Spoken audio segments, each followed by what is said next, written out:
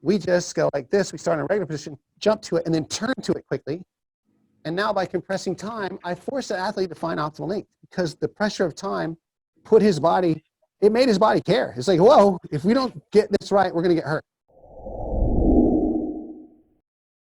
Welcome, everybody. My name is Scott Haase with the Indiana Twins, and this is episode 15 of ITTV. We've got Randy Sullivan, who I'm almost afraid to give the cliff notes of his resume. I think I'm just going to – a gentler way of not intimidating you with all of his accolades is to just let him kind of tell you the story about his background. But before we get into that, just a few quick reminders. If you want to follow us on social media, it's just at Indiana Twins across the board. So at Indiana Twins, no spaces, no underscores or anything like that.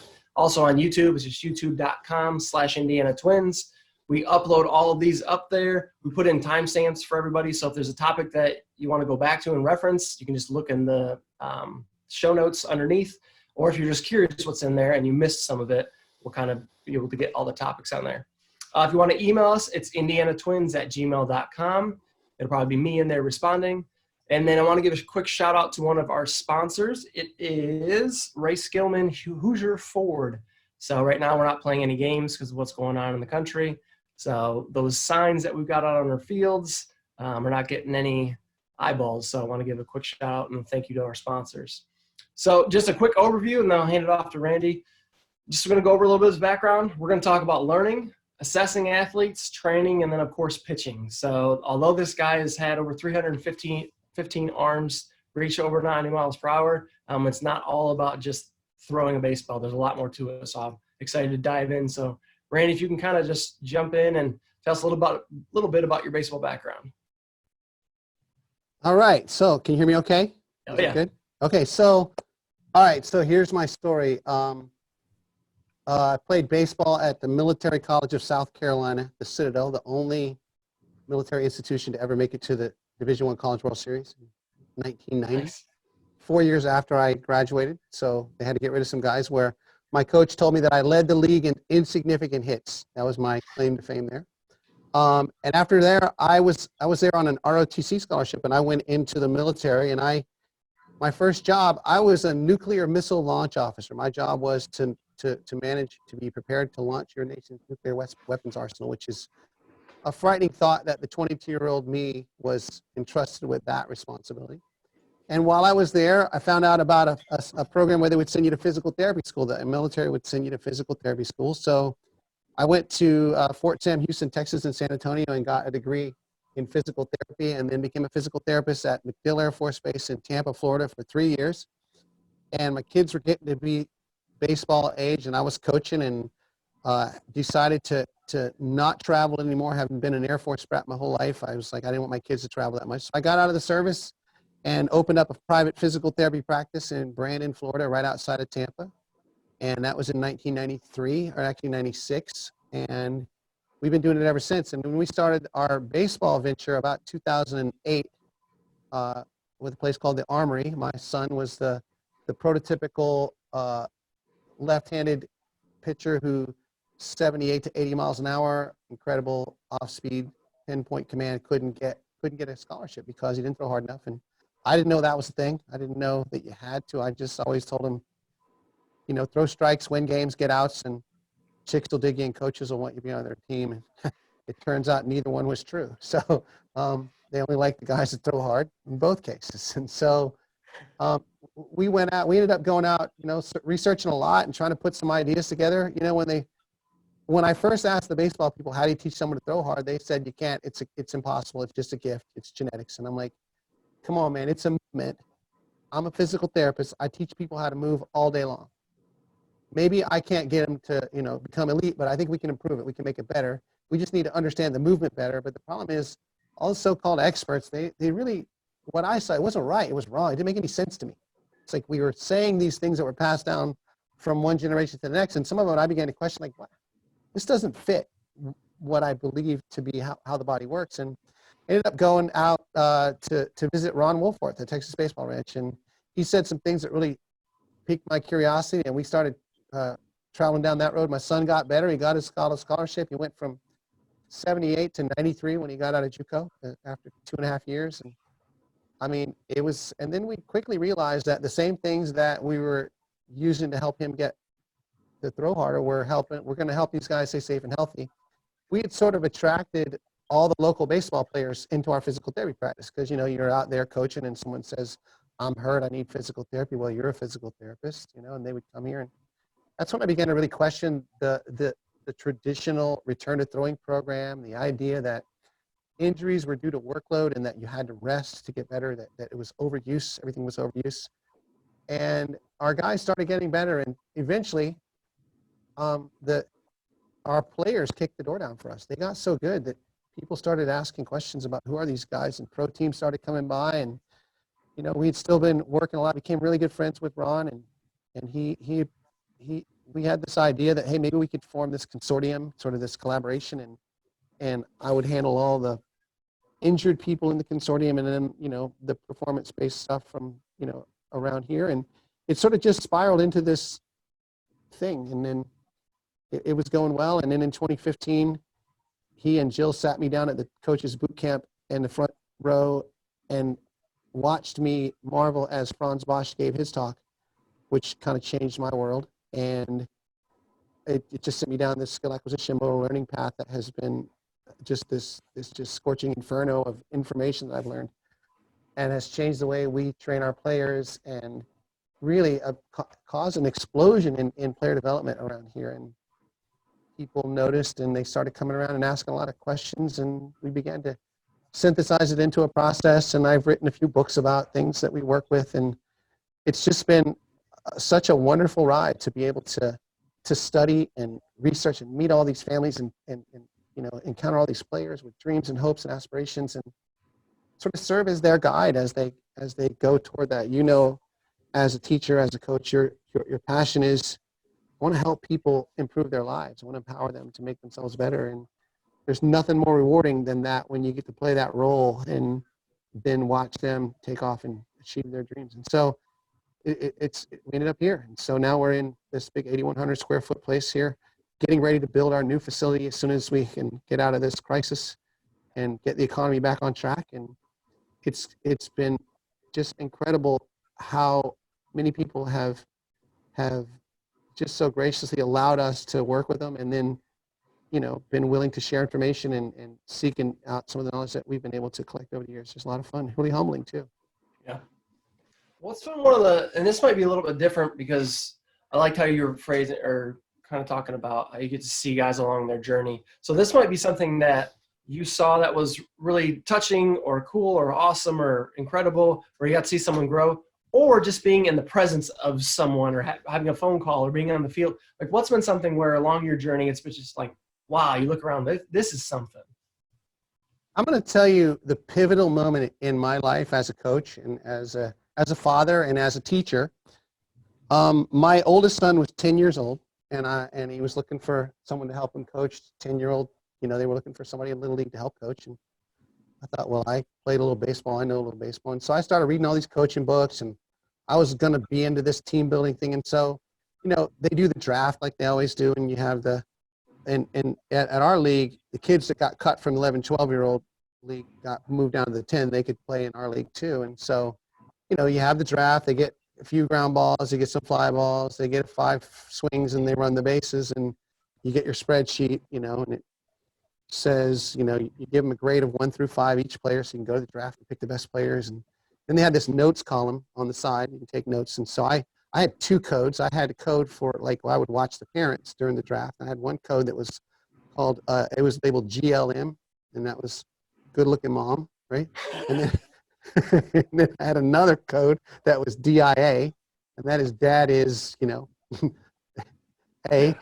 And so when we got to this draft, it went around, and I thought, first of all, everybody on my list out of a scale of 0 to 5 was a 3, and I and then all the players were picked, and I couldn't remember anybody's name. I got down to the very end, and there was 3 guys left, 2 DIAs, and a kid named Lance, and all I had written by his name was tall and gawky, is what I wrote. He's a 12-year-old that got pushed down, and so I drafted Lance because I didn't want the 2 DIAs on my team, right? And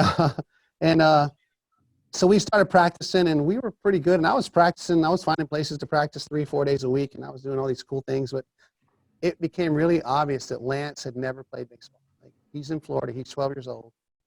And they put him out to try out for baseball his first time he ever touched the glove. He didn't know which hand to hold on.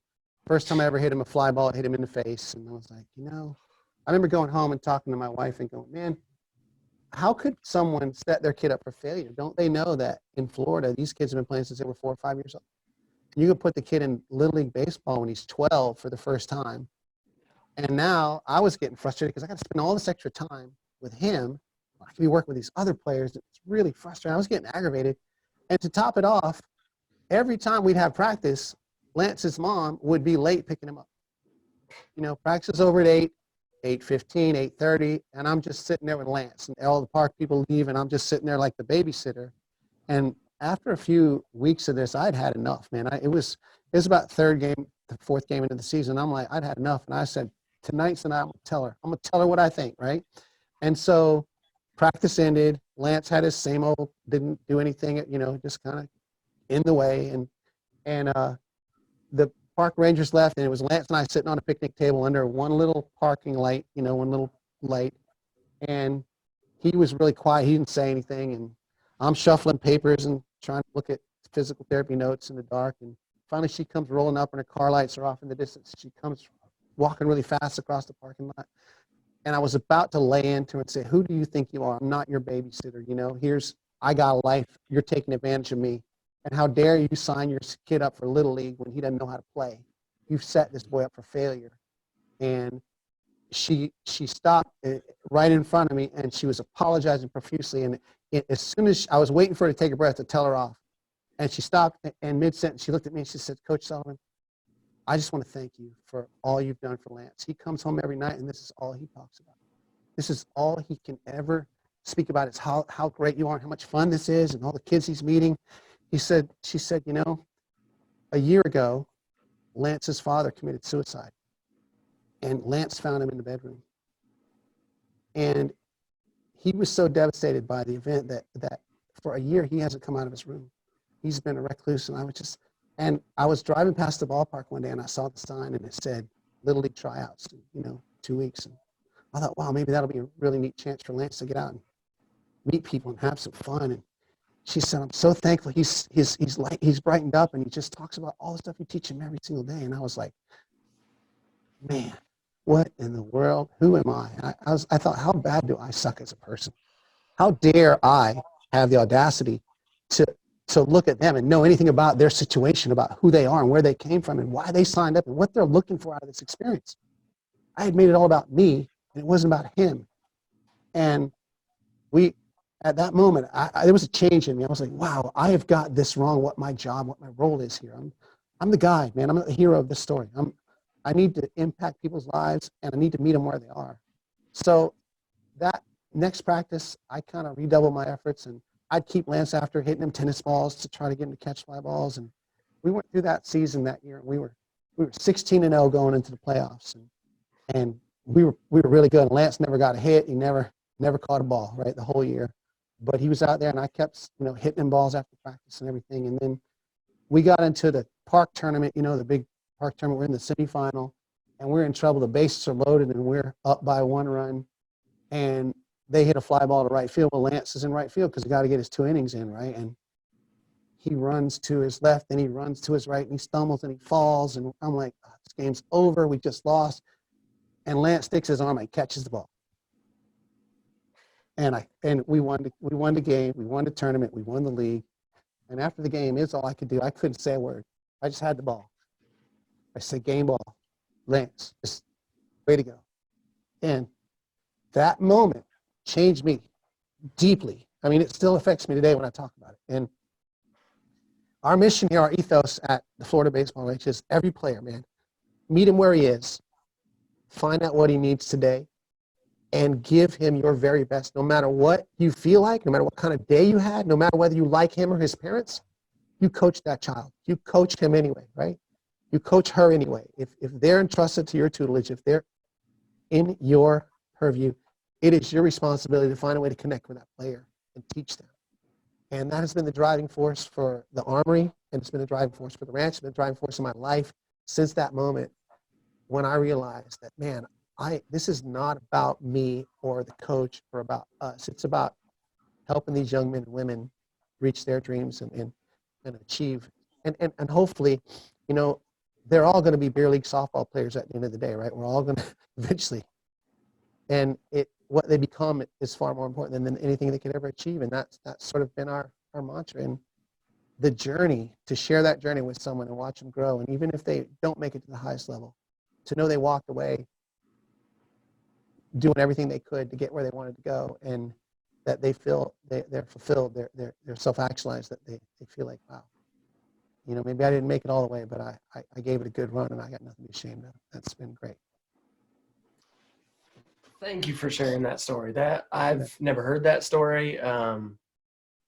Thank you for being vulnerable and sharing that. That was an incredible story. That was incredibly moving. So I still think about Lance a lot. I still think about that boy a lot. I don't know where I wish I knew where he was now. I wish I knew. I'm ashamed to say I don't. But man, it was I'll never forget it. I'll never forget it. It changed me as a person, as a coach. So, pretty cool. Pretty cool. I mean, just when I thought that I couldn't get any more moved or motivated from talking to, you know, a ton of people that have been in pro ball and just a bunch of people in baseball. I mean, that's got me fired up. I appreciate that. That moved me. Thank you. You bet. Hopefully this isn't, you know, a crazy transition, but, you know, it still involves parents. But, you know, I want to get into a little bit about learning, and whether it's parents, whether it's instructors or coaches. One of the big things is over cueing. So I think most people that are at least in it now or have been in it a while in the education component understand that we shouldn't be barking orders at guys just left and right. But to those that don't really understand how it's detrimental or don't even know that it's detrimental, why is it so detrimental to learning? Well, first of all, why do we do it, right? We do it because of the heart of the coach, right? We're trying to help. I want to help you. And that awkward silence where if you're not saying something, you don't feel like either you're not helping or not being perceived as helping. And so we fill that space with sometimes noise, words that don't mean anything.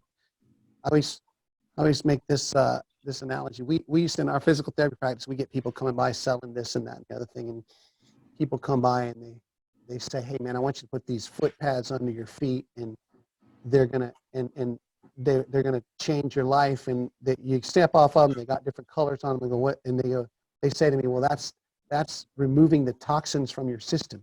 And I'm like, that doesn't mean anything. Like, what toxins and what system and what's the physiology behind that? Like, and it's just garbage talk. We do it as coaches a lot, you know. We have these things, these pet phrases that we use. And first of all, they get a little redundant. Now, one of the reasons that they don't work really well is because the motor learning research is really clear here that you can never repeat a movement pattern. It's impossible. Every single throw is different. You can't repeat your mechanics. Clearly, you want the bandwidth to be less, but you'll never do it the same way twice. There's too many different possibilities of what can happen. And so we need to be instead of someone trying to repeat a swing or a throw, we need to be someone trying to adjust that throw or swing, and we have to make that adjustment on the fly.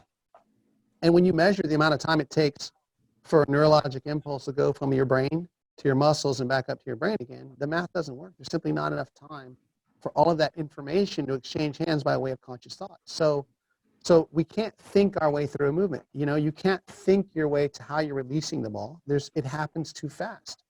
And when we're asking a guy to cue him, you might be able to cue him verbally to make the first movement initially or cue his intention, but he can't think his way about getting his elbow here doing this, okay?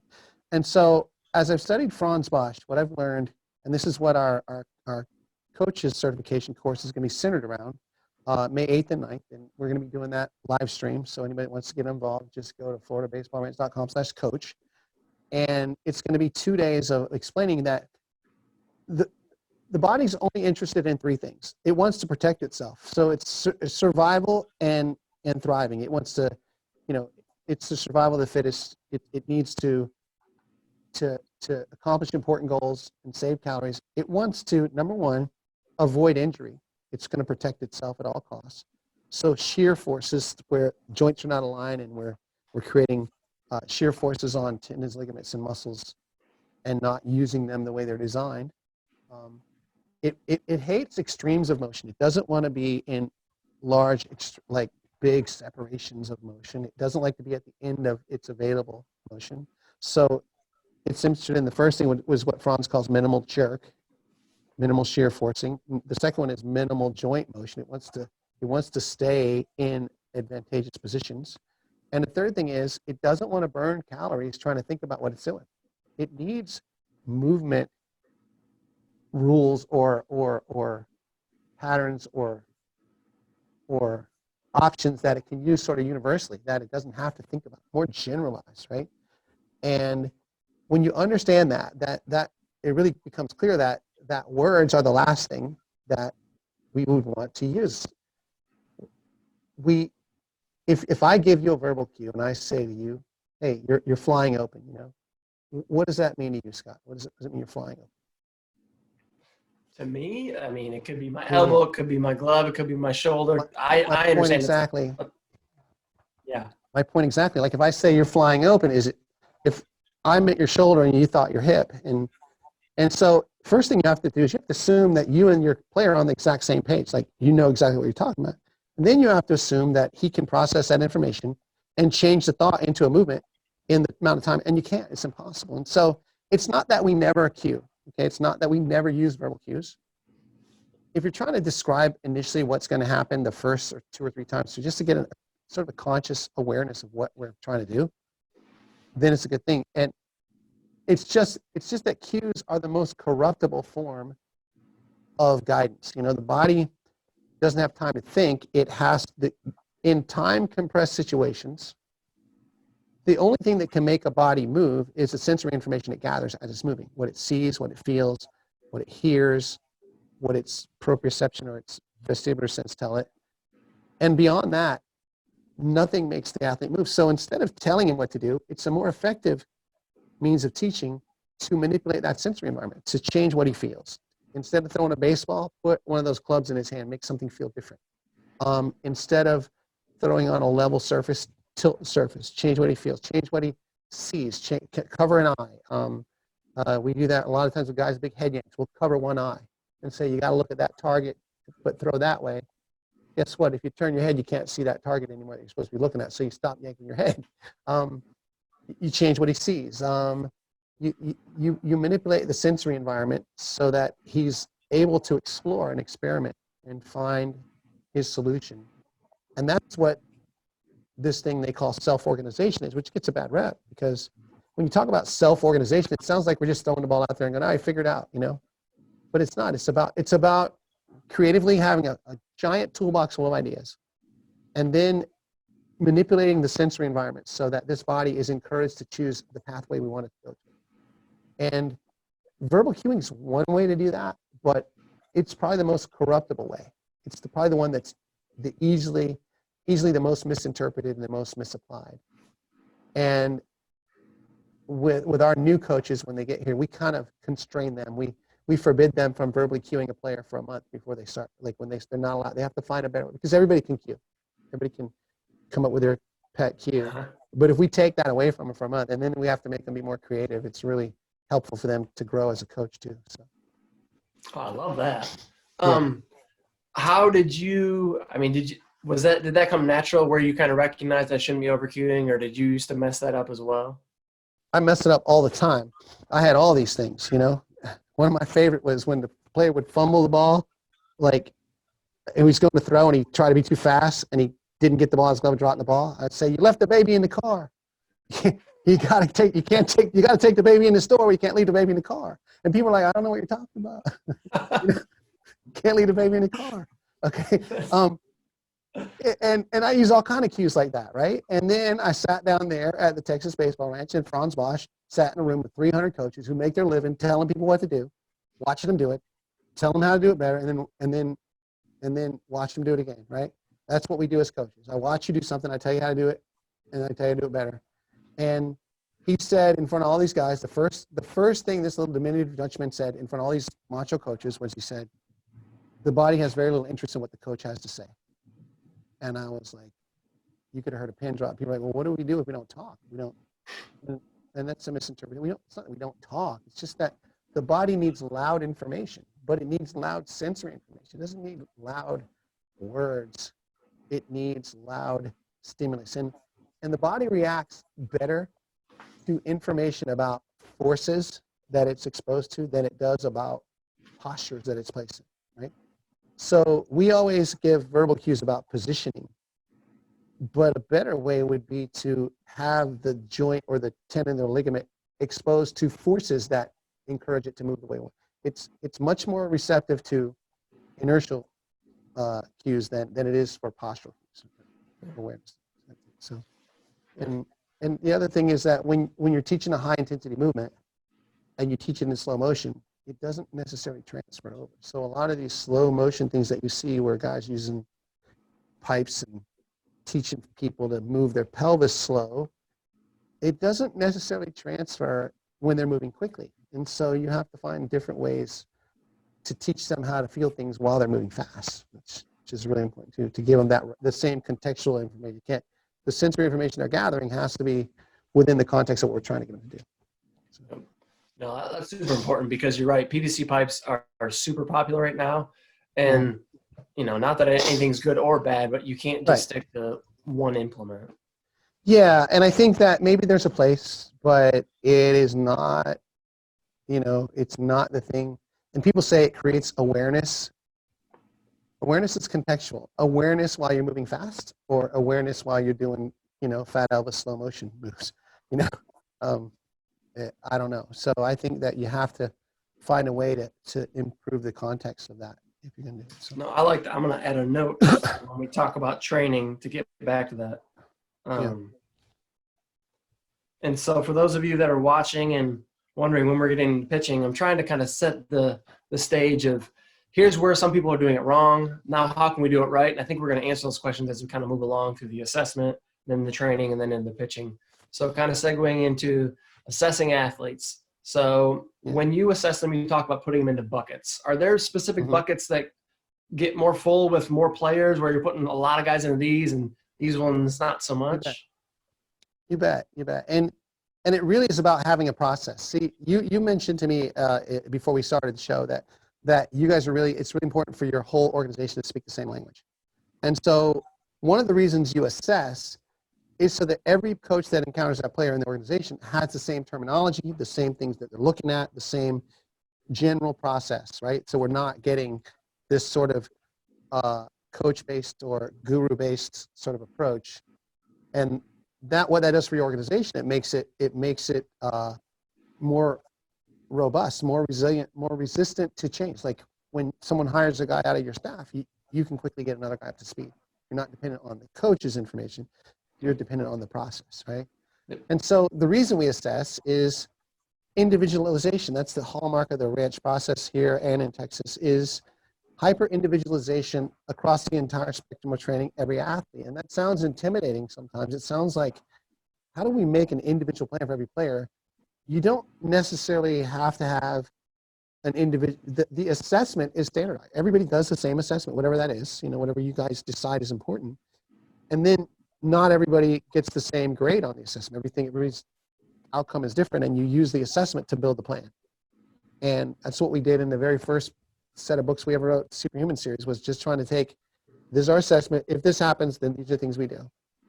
And so that in and of itself puts people in categories. Is this guy a lower half problem? Is he an arm action problem? Does he have trouble? And then once you're in the buckets and you're doing the things that are required based on that group, then you can individualize off of that even more. And it's not that when you have a system that says, if this happens on the assessment, we do this, it's not all we do. And we don't do it rigidly. It's a starting place, right? It gets us started. And then we can customize off of that based on the thumb in the wind every day, sort of a subjective assessment of what you see.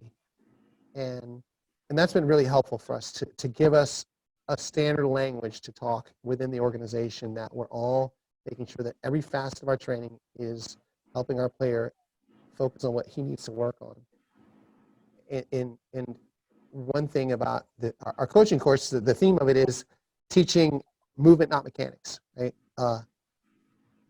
what we realize is that, everybody's solution up to now, after verbal cueing kind of lost favor, everybody's solution was find a drill, and that was me too, find a drill that fixes the problem. What we realize now is that if you don't change the way the athlete moves, the drill, he'll never do the drill or the bullpen well enough to get it to transfer to the game.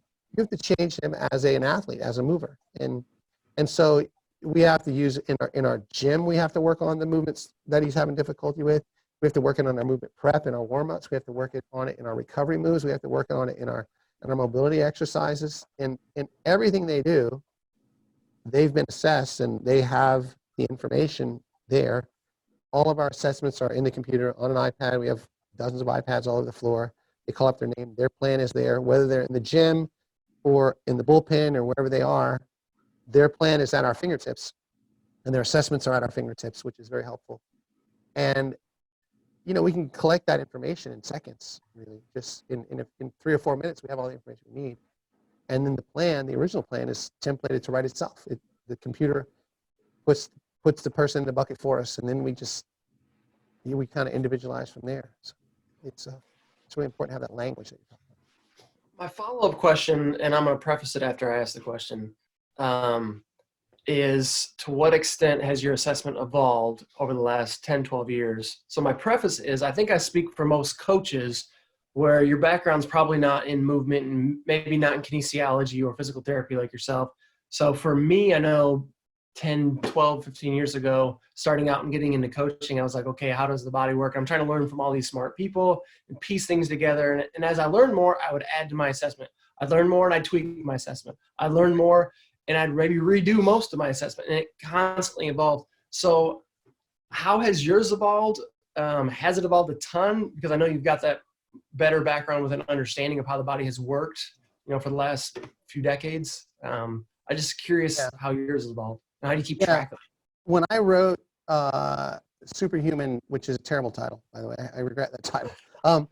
When I wrote that back in 2011 and 13, I think it was, I knew that I couldn't do, if we were going to grow, I wasn't going to be able to do every physical assessment myself, right? It was helpful to be a PT.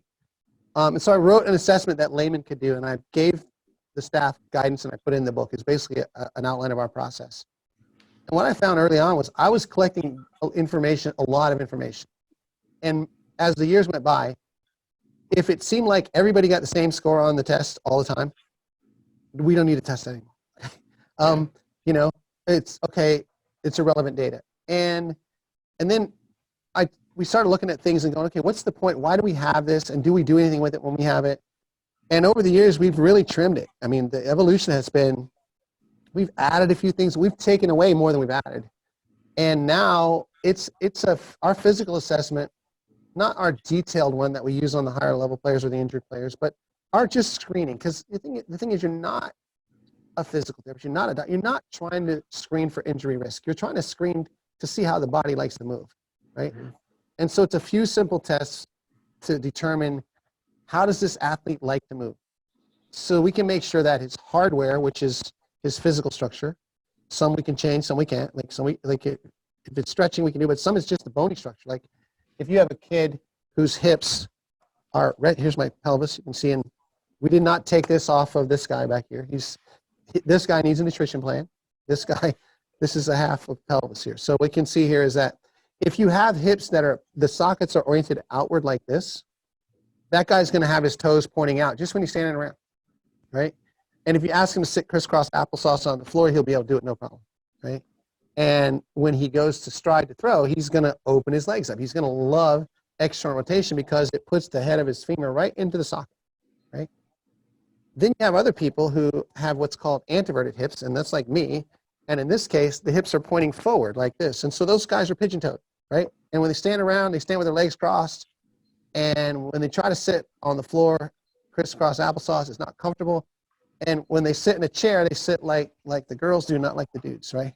Because their body likes to internally rotate. Now the difference, so you need to know that because the guy with hips that point outward, it's going to be okay for him to open up a little bit. That's what his body loves to do. You just kind of have to watch that guy and go, well, okay, can't let him like it too much, right? Like I like ice cream too, but I can't like it too much, right? Yeah. And then the other guy though is going to be more anteverted, which means toe in, right? And the way you remember that is in Wizard of Oz, anti-in, anti-in. We're not in Kansas anymore. Okay.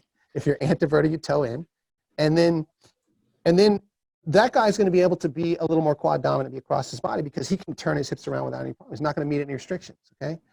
That kind of information anatomically is very useful. Okay. So as a young coach, even if you don't know, I mean, you don't have a medical background, really valuable to go online and just get animations of anatomy. Like, what does a shoulder look like? You don't have to memorize it, but be able to visualize it in your mind's eye and go, okay, I can see what's happening here. You know, when I first started physical therapy school, I thought the hip was like the saddlebag, you know.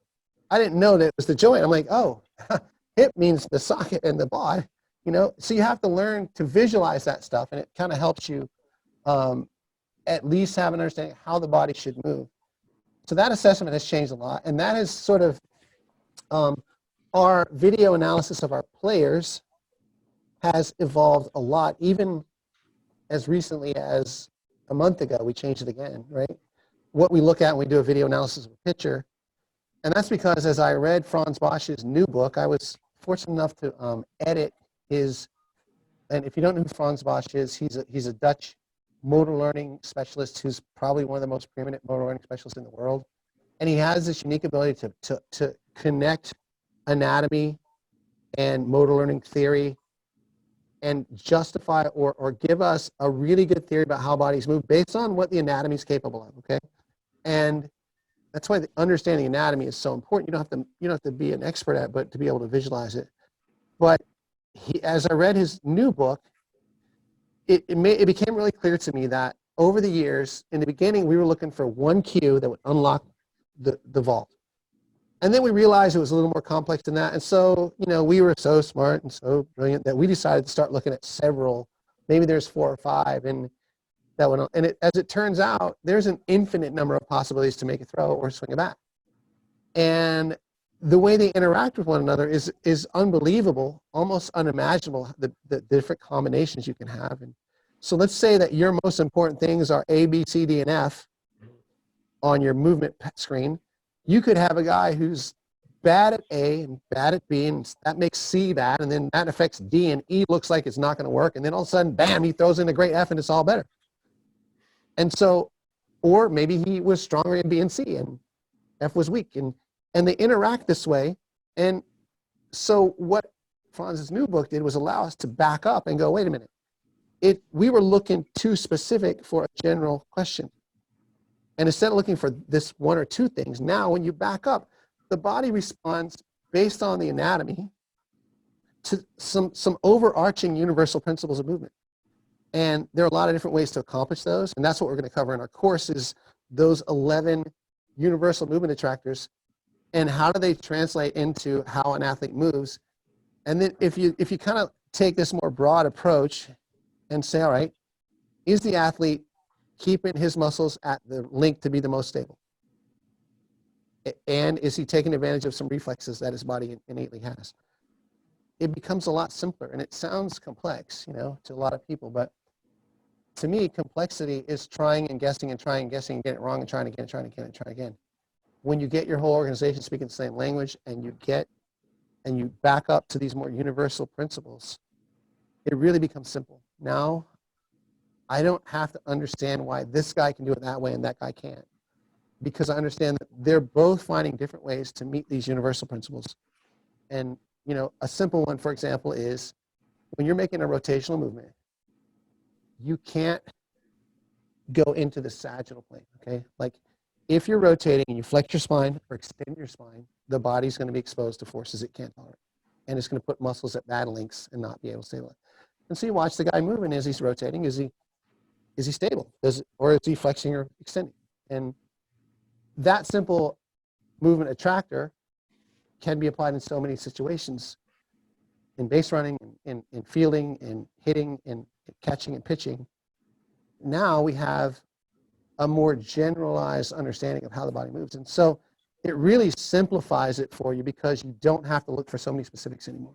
It's really cool. So, you know, that's what we'll be talking about May 8th and 9th. I'm excited. I'm really excited to share that. It's brand new.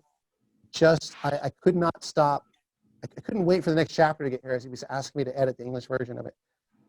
And when I would get a chapter, I'd stay up all night and, oh my goodness, this is incredible. And I'm really excited to be able to share that. And that's what our Savage certification course is going to be all about. I'm really pumped to be able to kind of take some coaches through a journey that will not be over their head. I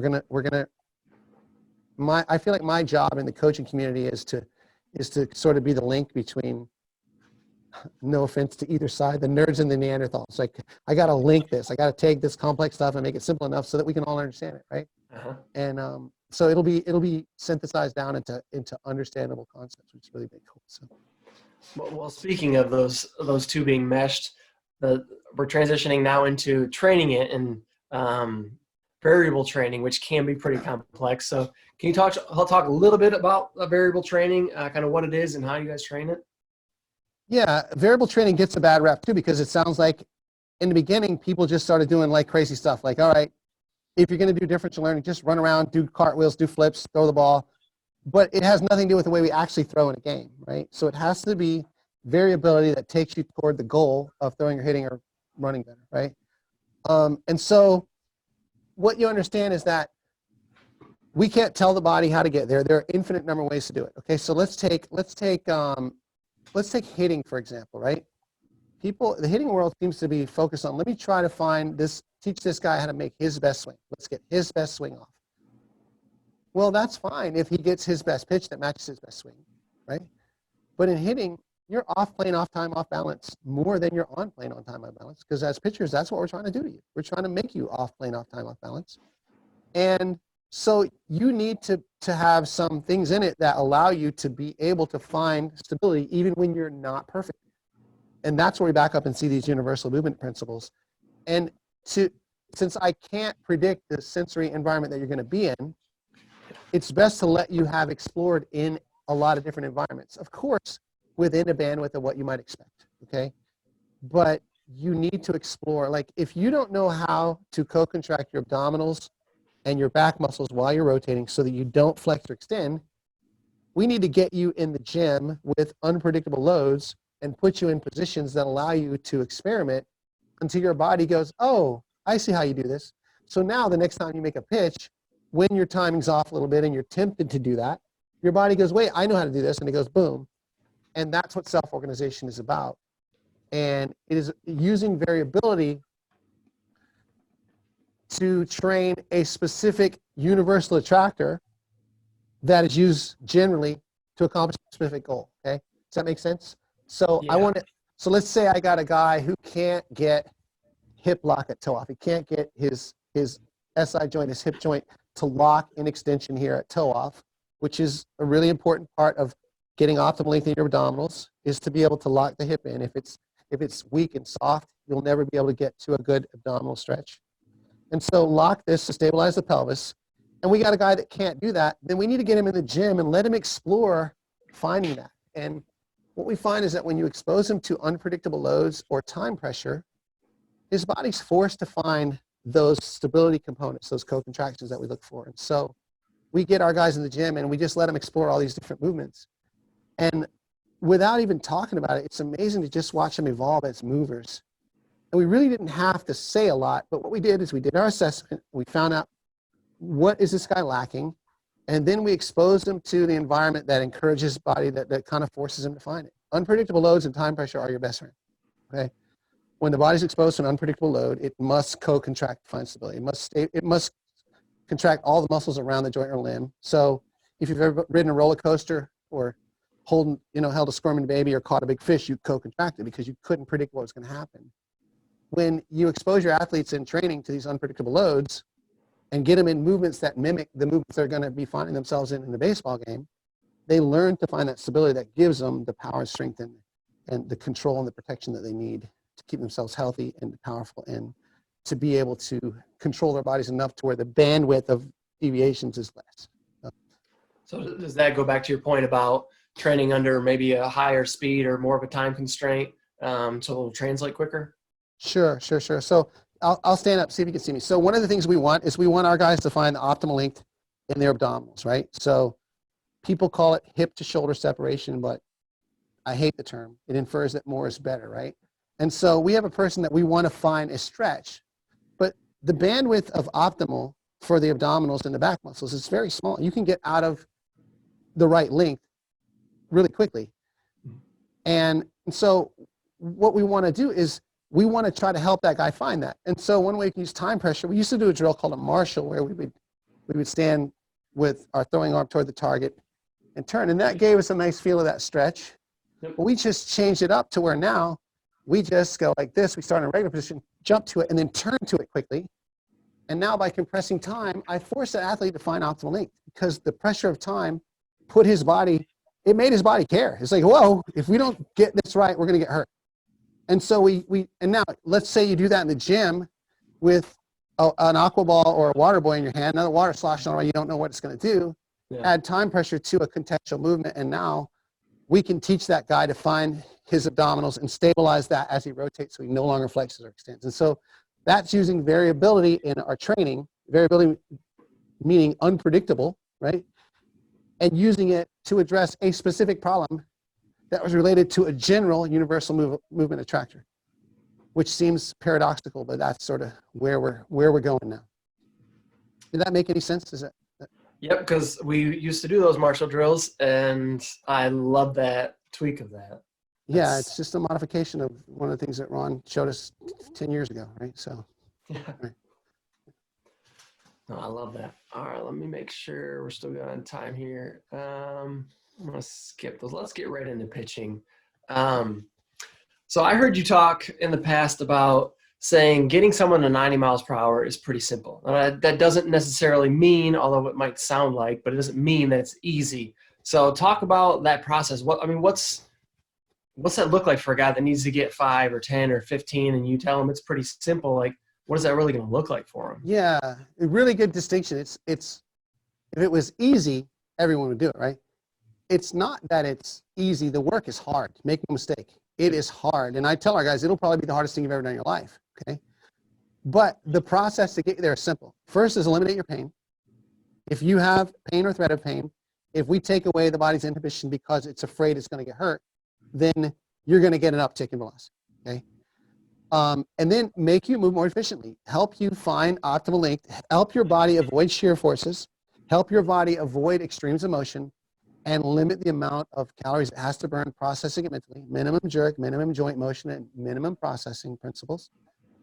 And then it's a matter of just exposing your body to this environment and letting it emerge. It's more like unveiling velocity. It's not really gaining it. It's just, this is how your body wants to move. And so the process is really simple. It is individualizes, universal assessment, individualized training plan to help you achieve these universal movement attractors. And when your body starts moving fast, free from the dreaded pain, knowing it'll recover well and it can do this again and again, it will allow you to throw harder.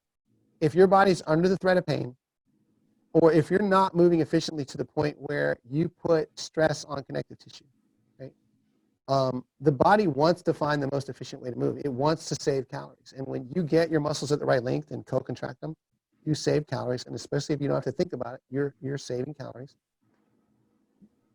The body wants to move that way, except in one-off emergencies, right? The cheetah goes after the slow gazelle because he knows I can save energy, I can eat and get back to my cave and make babies with mama cheetah. That's how it wants to move.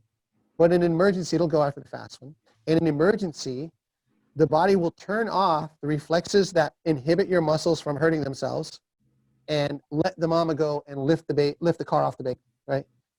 In a one-off emergency. If you can trick your body into doing it once or twice, but when you have to do it over and over again, if your gains are just due to intent and tricking your body into thinking you're in an emergency situation, you can get away with it for a little while, but the tissue will either break or your body's going to dial it back and go, hey man, you lied to me. I thought you told me I only had to do this once, and now I got to do it 120 times every fifth day. I'm not doing it anymore. And that's where we see older guys that have been inefficient for a long time. Their body starts putting a governor on them, going, I'm not going to let you burn this many calories because I need to survive. And so I think that gaining velocity is formulaic almost. It is eliminate pain, move more efficiently, and then add the power and energy that we need, and then the confidence, and then that just comes. And the work is really hard. It is really hard. The athletes have to work hard at it. And if they follow the process and they don't dabble, we see a lot of guys that try a little bit of our stuff. I'm going to do this. I'm not going to do that. Dabblers either get hurt or don't get better or don't improve, right? You know this. When you prescribe a training plan for somebody and they do part of it and they get hurt, you're like, wait a minute. You didn't do everything I asked you to do, right? Dabblers don't get it done. The people that commit to the whole process and do it with all their heart, those are the guys that have succeeded. And so it's not that difficult to help a guy gain velocity. It's hard work for the player. And I'll tell you what's really simple is a guy who lost it and is trying to get it back. That's really simple, because I look at it like this. The road is already built, right? I just got to clean it off. It's got some clutter on it. I just got to clean it off. It's a lot harder when you have to build the road. You have to build the athlete, right? Take a guy from a 9-year-old who's nothing but arms and limbs and muscle slack, turn him into an athlete. That's a challenge, but it's possible if you can get the guy to commit to doing the work and not dabble in it. And then one thing I see in older guys, the mistake they make is when they've lost it and they're trying to get it back, they look at old film and go, well, I want to do it like I did back then. Well, the reason you're not doing it well anymore is because you did it like that back then. And you're not the same guy you were back then. You've changed. And your body's not letting you do that anymore. So we're not going to be able to go back to that. We're going to have to build a new version of you. But usually they have such a good subconscious understanding of these attractors and how to make these universal movements, how to make them. And they usually get it pretty quick. And when it clicks and their body goes, oh, wow, this feels great to move like this, then it's like the skies open up and they go, well, I got it. It's pretty cool. I'm going kind of a little bit back to training. So I love all the variable stuff, and it's something that I think we're going to get towards more of. But then how do you, like, if you're, I guess, a percentage-wise, how would you balance traditional strength training and variable training? Yeah. I mean, there's room for both, obviously, right. But like. Absolutely. And we get that knock on all the time. Like, we don't ever do any heavy lifting. Like, we never do traditional. Like, not true. It's not true. It's just that's not all we do. There's definitely a point of diminishing returns for that. Right. Don't you wish it was this easy that you could take your high school and college kids and go, all right, whoever can lift the most will hit the hardest and throw the hardest? That'd be great. Okay. Unfortunately, it doesn't work that way. I always say nobody cares how strong you are if you suck. Right? You gotta play. And too many times we reach that point where we're either spending a lot of time working on something that we could be working on something else, or we're lifting so much that if our technique isn't perfect, we're going to get hurt. If you get to the point where you're lifting so much weight that the technique has to be great for you to keep from getting hurt, and you understand that you can't ever repeat your movement, then your risk reward is off the chart. You can't equate that anymore.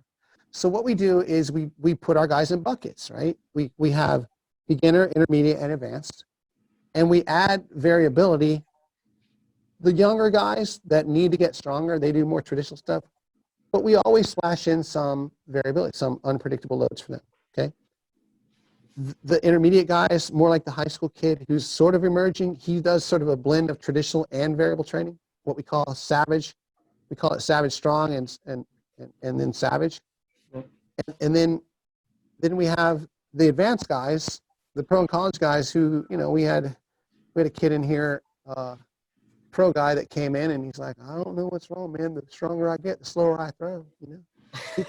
275 pounds, he could deadlift the whole building, but he kept losing velocity. I'm like, yeah, you see how, so he's a hard worker, but he's already reached that point where it's not really valuable to him anymore. Yep. If not the risk injury, it's wasting his time, right?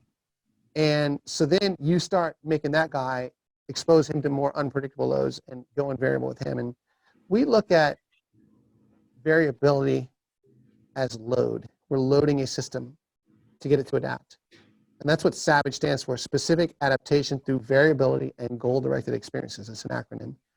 And we look at adding variability like adding weight to the bar. Like, you add it gradually. You don't just take a kid who doesn't move well and go, lift up this crazy thing that you can't control and move around, You add it slowly, just like you would add weight to the bar. And so I think you have to, and the problem is, and I heard Zach Deshant talking about this too. The problem is there's no way to know. There's no number. There's no threshold, right? You have to know your athlete, and you go, I think it's looking like, might be time, and that's just about building a relationship. I wish there were metrics that we could say, if you can deadlift this much, then you should be doing more. We'll never find that, and I think we're chasing ghosts if we try. So put them in buckets, beginner, intermediate, advanced, and then add a little bit more. And in our coaches course, we're going to be giving you a whole segment on the examples of, this is an intermediate exercise for a back leg, this is an advanced, this is a beginner, and how we modulate that. And so it's really pretty cool. No, that's fantastic. It reminds me, a couple months ago, I worked with a player who actually came and saw you for some arm pain when he was 15. And I think, although like you said, we don't know the numbers, one dead giveaway is when a player tells you his numbers and you're looking at his frame and you're just like, when you have a jaw drop with the numbers that they're lifting, that's probably a good time. And in addition, when they've told you that they felt really good when they were doing more like velocity-based training or just like lighter weights and trying to move faster, and that they had more success, those are two dead giveaways that maybe we need to lighten the intensity on all that loading up. So. Yeah. Here's a good one. Our director of player development, Wes McGuire, comes up with these things and makes me laugh every once. So he goes, if you've advanced your deadlift and squat so much that you are in a position to brag about how great you're doing with deadlifts and squats, you're probably gone too much, right? If you're Instagramming your post about how much you deadlifted, that's probably not, right? If you've lifted enough of that to know that, wow, I'm really good at this, you're approaching that threshold, right? So. No, I completely agree. All right, so as we kind of wind down the last segment, and we're gonna give you a chance to kind of talk more about the camp and then or the certification and about where to follow you. But a segment I started a couple weeks ago, it's called the Twins Critique. So it's a chance for me to kind of tell everyone that's watching that maybe is around the area, doesn't know much about the Indiana Twins. So we've got as young as 8U all the way up through high school, 17U. We've got our college guys coming back. The two most important things for us, we've already talked about. Number one is we're all speaking the same language. We just had a coach's certification in-house that we did this year in a version 1.0. So everyone, instructors, coaches, we're all speaking the same language. And then number two, for the same cost of what everyone else is paying in the area for travel baseball, you are getting a 20-week off-season program that includes catching, hitting, pitching, performance training, mental training. Basically, you name it in the baseball world, it's called kind of all under one house. So it's a huge thing that we're doing, that we've been doing now since 2012. And with that said, we're always trying to evolve. Talking to guys like Randy, talking to guys like Kyle on Wednesday, and a bunch of guys. We're always trying to evolve and learn from the best and kind of get some feedback from those experts. So with that said, and we talked about this before, and I did kind of want to guide you a little bit on this. So we're talking about assessments. One of our biggest struggles and where we're open for critique and some guidance is with our assessments. We've got 180 athletes that we can assess or that we can program for or that we gather data for. But then as far as from like a manpower standpoint, we just kind of sit on a lot of this information, and we're really trying to evaluate how we can manage all that best. That's a great point. And I love what you're doing. I love the fact that development is a part of it. Travel ball organizations like yours, kudos to you, because and Franz mentioned this in a podcast we were on the other day. He says he sees a lot of coaches who are really good selectors and not good developers. They're really good at selecting players, but not good at developing them. And I can see that you guys value that. We really want these players to improve, which means we're going to have to do off-season work. It's going to have to involve the strength and conditioning, not just showing up and playing games. It's got to be more develop. And what does that mean, developmental? It doesn't mean selecting better players, right? So that's really great. And then the thing that I would say to you, we were in the exact same situation, and we had hundreds of athletes coming through. And in the beginning, I think guys are gaining, but we're not sure. I think they're getting better, but we haven't measured much, And we started measuring everything, and we had all this data. We didn't really know what to do with it. So it sounds like what you guys are. We got all this data, but I don't have time to crunch the numbers or go learn R or go learn how to code. I don't have time, right? And so we hired about 5 years ago an analytics. At first it was an internship, right? Come here for the summer. And I honestly didn't know what to do with the guy. I'm like, I know I need you, but I'm not sure why. Just hang on until I figure it out. And then my business partner, Amy, she was like, why do we have this guy? He's not productive. He doesn't teach on the floor. And so I had to go talk to the guy and go, listen, you're going to have to clean the toilets. You're going to have to rake the field. You're going to have to learn to teach throwing drills. You're going to have to learn to teach mobility exercises. And in your spare time, I need you to do some data stuff, right? We didn't even know what that was. And after about a year, he and I started to sync up about when we started asking questions and kind of coming together. And then his job evolved into, okay, you're going to take this data and make it mean something for us. And once he understood our process and what we were trying to be about, he was able to then go, okay, and his name is Jordan Rassman, and he was hired away by the Nationals recently. But he was really able to do some really valuable work for us and use machine learning algorithms to help us either validate or refute our training processes. And then just to be able to say, hey, these are the things that matter. How do we train them? Like, what's important based on the guys that we have? And it allowed us to focus our training a lot better. So my advice to you would be bite the bullet and hire a guy whose full-time job it is to be the data guy, even if you don't know what to do with him in the beginning. And you don't necessarily have that role defined because you don't really know yet how he fits into your organization and what, but share ideas and questions and you guys begin to ask and you'll go down some rabbit holes where it was a waste of time, okay? For us, we couldn't afford to do it unless he was able to do other things, right? So we had to have a guy that could sort of be a hybrid.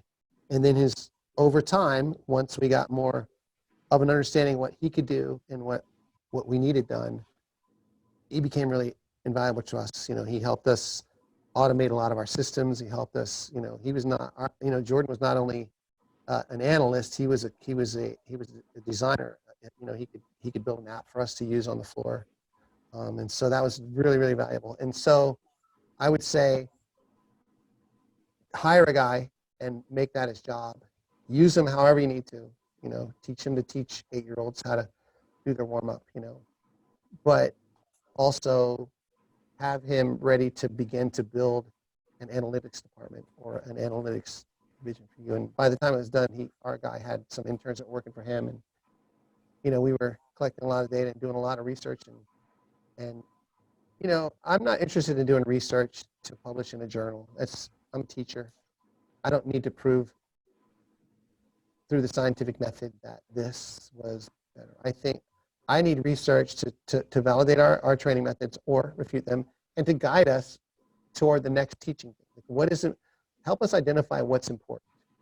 And for you guys, that would be critical. Like, what do our best guys have in common? Like, I think you'd be surprised what you find if you just have a guy that starts out and that's his role and now you have the right guy. He needs to understand how to code. He needs to understand how to analyze, how to run an algorithm. He needs to understand how to take data, put it in a spreadsheet, and then synthesize it so that the computer can then run an algorithm to spit out the results for you.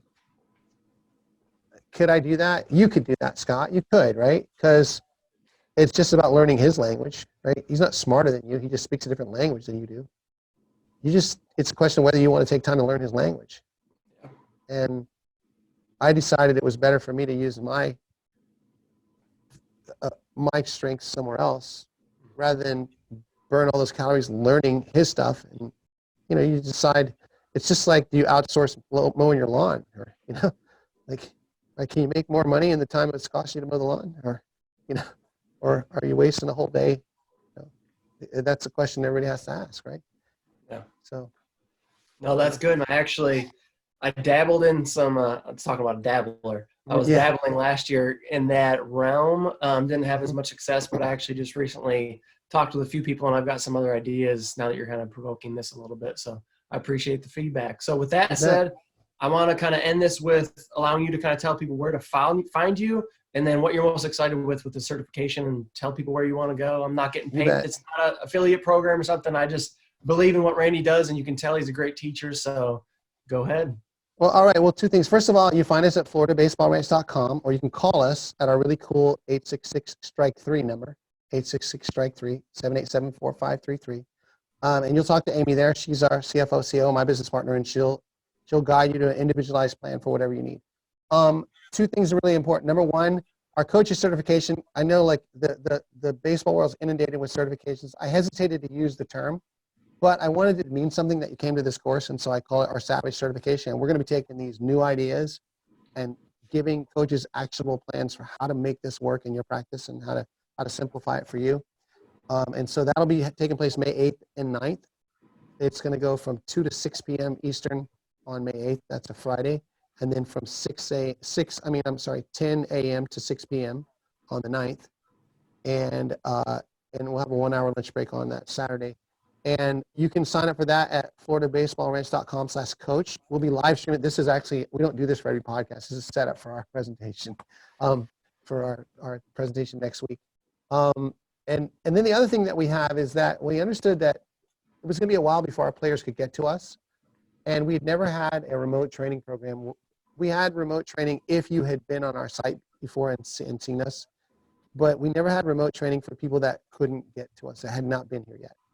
And so when we saw this whole crisis rolled out, we developed this, really, I'm super proud of it, this robust satellite training program called Savage Satellite. And you can find out all about that at floridabaseballranch.com/remote. Our players check in with us every day. They fill out a Google document that tells us everything they did in training that day. They get weekly video analyses. We do their physical based on a video that we use to assess their movement. We assess their movement through video now. And then we change their strength training program every month, and we give them nutrition guidelines and power building workouts and movement enhancement mobility exercises and throwing programs, and then kind of cycle them through. And they connect with our coaches on a daily basis.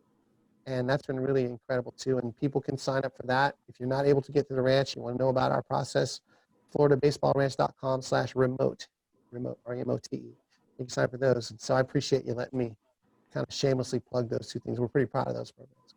Yeah, no shame. We're super proud to give you a platform. And like I mentioned earlier, and someone said on an earlier podcast too, that you don't have to do this for us. So we're, in debt to you. So I appreciate it. And I think I might have had some questions, but not too many. So I think we just got a lot of information. So Randy, I appreciate it. If you want to spend a couple minutes after I end this, I would appreciate it too. But we'll end that from now. Appreciate everyone tuning in. And if you need anything, let us know. Thanks. Thanks a lot.